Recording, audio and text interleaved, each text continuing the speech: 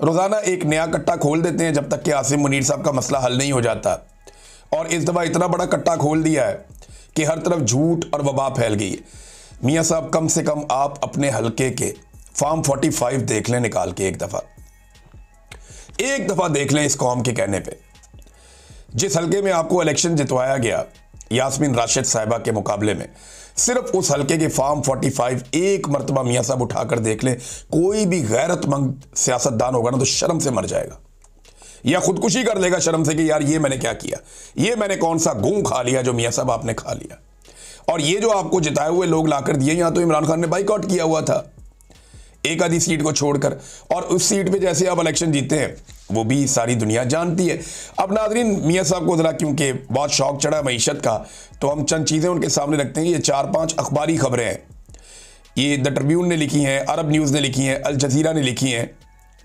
अभी गैस की कीमतों में बहुत ज़्यादा इजाफा किया गया, लेकिन देखें पाकिस्तान में जो इन्वेस्टमेंट आती है ना, बैरूनी इन्वेस्टमेंट या अंदरूनी इन्वेस्टमेंट, वो 50 साल की कम तरीन सतह पे है। ये मियाँ साहब आपके भाई ने और आपकी बेटी ने रल के ये गंद मारा है आपके मालिकों के साथ मिलकर। फिर national unemployment rate raises to 7.1%। Pakistan में पिछले 21 साल में कभी इतनी बेरोजगारी नहीं थी जितनी बेरोजगारी आपने कर दी मियाँ साहब। तबाही फेर दिया आपने बेरोजगारी के मैदान के अंदर। पाकिस्तान के अंदर बेरोजगारी के आपने नए रिकॉर्ड कायम कर दिए मियाँ साहब, इमरान खान के दौर से बहुत बुरा। फिर जो आप वर्ल्ड बैंक का जो एक रिकॉर्ड है वो ये कहता है कि पाकिस्तानी 44% से ज़्यादा ऐसे पाकिस्तानी हैं जो गुर्बत की लकीर से नीचे चले गए। और ये डाटा सैलाब आने से पहले का है। ये जो इस साल सैलाब आया जिसमें किसी ने किसी को नहीं संभाला, इस सैलाब के बाद तो सूरत और ज़्यादा ख़राब है। फिर साथ ही साथ ये भी बताया जा रहा है कि 6.5% आपके GDP का करप्शन की नज़र चला जाता है। 5300 अरब की कहानी तो मियाँ साहब अभी आई है IMF की रिपोर्ट के अंदर। SIFC जैसा घटिया इदारा आप लोगों ने जूते पॉलिश कर करके बना दिया और उसने पाकिस्तान की मईशत का बेड़ा गर्क करके रख दिया। सिर्फ आप मियाँ साहब ये देखें कि पाकिस्तान में जुल्म, जबर, फस्तायत, धांधली, ये सारी चीज़ें करके आपको हासिल क्या हो। आप एक इलेक्शन भी पाकिस्तान की मिलिट्री एस्टेब्लिशमेंट की मदद के बगैर आज नहीं लड़ सकते। नवाज शरीफ ने कहा कि शहबाज शरीफ और मरियम नवाज तो मेरे से भी आगे निकल गए। बिल्कुल मियाँ साहब निकल गए। जूते पॉलिश करने में वो आपसे बहुत आगे निकल गए, खुशामद में वो आपसे बहुत आगे निकल गए। वाकई एस्टेब्लिशमेंट की गुलामी में आपके भाई और आपकी बेटी का अब कोई मुकाबला नहीं कर सकता। ये वर्ल्ड रिकॉर्ड आपके ख़ानदान के पास था, आज भी आपके ख़ानदान के पास है, और मुझे लगता है कि जूते पॉलिश करने का वर्ल्ड रिकॉर्ड शायद आइंदा भी शरीफ ख़ानदान के पास ही रहेगा। जरदारी ख़ानदान पूरी कोशिश के बावजूद ये नहीं कर पाएगा। नाज़रीन, कामरान टिसोरी जो गवर्नर था सिंध का, आपने देखा नाचने वाला गवर्नर, आपने देखा होगा डांस टूंस भी कर लेता है। अब जब दिल करता है मेंबर पे बैठ जाता है, जब दिल करता है नाच वाच लेता है। नाचने वाला गवर्नर है, ज़बरदस्त आदमी, अच्छा इंटरटेनर था। कभी किचन में घुस जाता है, कभी कुछ। गवर्नर के पास करने के लिए होता क्या बेचारे के पास। वैसे भी वो जिन लोगों ने उसको लाया था उन लोगों की इंटरटेनमेंट का ही काम कर रहा था।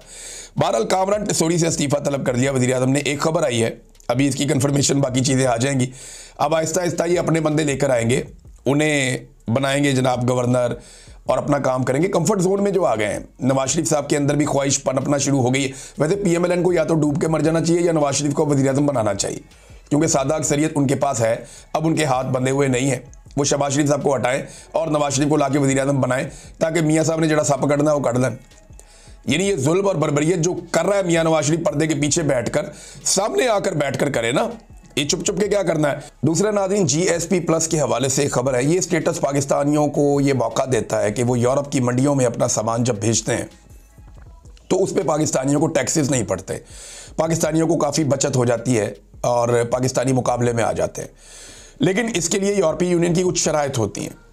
अब एक खबर ये आई है कि पाकिस्तान का GSP+ स्टेटस बरकरार रहेगा या नहीं रहेगा, मॉनिटरिंग मिशन फैसला करेगा, जो इस वक्त पाकिस्तान के दौरे पर है।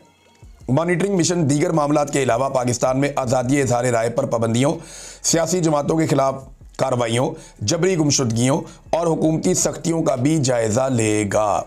ये नाज़रीन GSP+ स्टेटस क्या पाकिस्तान के पास रहेगा। देखें, उसूली तौर पे अगर इंसाफ के तकाज़ों को मद्देनज़र रखा जाए तो पाकिस्तान इस क्राइटेरिया पे पूरा नहीं उतरता।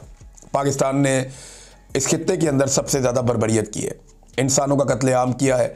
पाकिस्तानी रियासत ने लोगों से उनके हुकूक छीने हैं, मैंडेट छीना है, जबरी गुमशुदगियाँ की हैं, लोगों को जो है वो तशद्दुद का निशाना बनाया है और इंसानी हकूक़ की पामालियाँ खुलेआम की हैं। चादर और चार दीवारी का तकद्दुस पामाल किया है। मारंग बलूच समेत बेशुमार खवातीन को जेलों में बंद रखा हुआ है। ये सारा कुछ किया, लेकिन मुझे नहीं लगता कि GSP+ स्टेटस इनसे जाएगा। उसका एक रीज़न है। रीज़न ये है कि इस वक्त इसराइल जो है वो पाकिस्तान से बहुत खुश है। जो पाकिस्तान के मौजूदा हुक्मरान हैं वो इसराइल को और डोनाल्ड ट्रंप को, यानी नेतन्याहू और डोनाल्ड ट्रंप को खुश रखने में काफ़ी हद तक कामयाब हैं। और ये गवाही जो है वो इसराइल के अखबारात भी वक्तन फ़वक्तन देते रहते हैं। जबकि डोनाल्ड ट्रंप भी ये बताता रहता है कि वो आसिम मुनीर से और शहबाज शरीफ से कितना खुश है और कितना उसको अच्छा लगता है इन लोगों की मौजूदगी में। लिहाजा इस किस्म के जो स्टेटस हैं वो पाकिस्तान से चले जाएं तो मुझे हैरत होगी। यानी मुझे हैरत होगी कि जो यूरोप का निज़ाम है वो क्या इतना ही ज़बरदस्त है कि उन्हें ये लगा कि यहाँ पे इंसानी हकूक़ की पामालियाँ हो रही हैं तो उन्होंने एक स्टेटस वापस ले लिया। मुझे हैरत होगी इस बात पे, क्योंकि उन्हें ये वापस लेना नहीं चाहिए। इस वक्त पाकिस्तानी जो गवर्नमेंट है वो अमेरिका और इसराइल की खुशनुदी हासिल कर चुकी है। लिहाजा ऐसी सूरत हाल में इस किस्म का स्टेटस अगर चला जाता है तो मुझे वाकई हैरत होगी। नादरीन, 26 नवंबर को जो कत्लेआम हुआ था उसके हवाले से बहुत सारे सबूत और बहुत सारी चीज़ें जो हैं वो आज भी मंजरे आम पे हैं। एक चीज़ तो साबित हुई कि इस हुकूमत ने किसी भी लेवल तक जाने का फ़ैसला किया और ये अभी भी जा रही है। वो ये कहते हैं कि दोबारा आएंगे, दोबारा भी हम कत्लेआम कर देंगे, जो 26 नवंबर को हुआ हम दोबारा भी कर देंगे। DG ISPR ने बाद में ये कहा कि क़यादत क्योंकि भाग रही थी तो उन्होंने मलबा डाल दिया कि जनाब वहाँ लाशें गिर गई हैं, बंदे मर गए। DG ISPR ने इस तरह की बात की थी। हालांकि बहुत सारे शवाहिद मौजूद हैं, कम से कम 14 लोगों की लाशें तो लोगों ने दफनाई हैं। पाकिस्तान तहरीक इंसाफ दूसरी जानिब नाकाम रही इस मामले में इंसाफ लेने में, या इस मामले को आलमी सतह पे या पाकिस्तान के अंदर नेशनल लेवल पे या इंटरनेशनल लेवल पे इस मामले को उठाने में पाकिस्तान तहरीक इंसाफ नाकाम रही है। मुझे ये कहने में किसी किस्म का कोई शुबा नहीं है। वजह यह है कि इमरान खान साहब ने एक ज़िले शाह को उठाकर इनके गले में डाल दिया था। इमरान खान साहब ने ज़िले शाह के कत्ल के बाद जिस तरीके से उसका मुकदमा उठाया था, ये हुकूमत घबरा गई थी।